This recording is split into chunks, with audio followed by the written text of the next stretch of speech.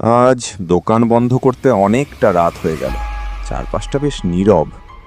যাই, তাড়াতাড়ি বাড়ির দিকে যাই।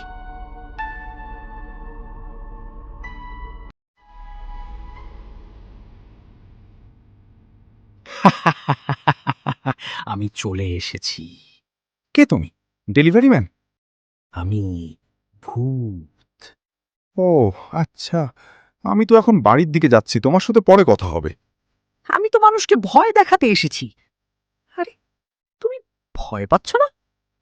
ভাই, বিদ্যুতের বিল, বাজারের দাম আর ইন্টারনেটের স্পিড, এগুলো দেখে প্রতিদিন ভয় পাই। তোমার ভয়টা একটু পুরনো মডেলের। তো তাহলে আমি এখন উল্টো হয়ে ঝুলে থাকি। থাকো, যা মন চায় তাই করো। আমি রাতভর হু হু করব। সমস্যা নাই, পাশের বাড়ির কাকা এমন নাক ডাকেন, তার চেয়ে তোমার হুহু কমই হবে। আচ্ছা, আমি তোমার সামনে হঠাৎ অদৃশ্য হয়ে যাব। আমার মোবাইলের ডাটাও মাঝে মাঝে অদৃশ্য হয়ে যায়। তুমি আসলে মানুষ তো?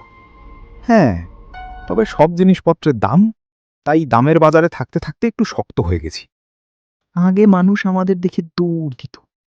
এখন মানুষ অফিস, ট্রাফিক আর বসকে দেখে দৌড়ায়। সাথে বাজারের জিনিসপত্রের দামের ঊর্ধ্বগতি তো আছেই। তাহলে আমাদের পেশার আর কোনো মূল্য নেই? আছে, ইউটিউব খুলে ভূতের গল্প চ্যানেল খোল, ভয় দেখিয়ে আয় করো। সত্যি খুলবো?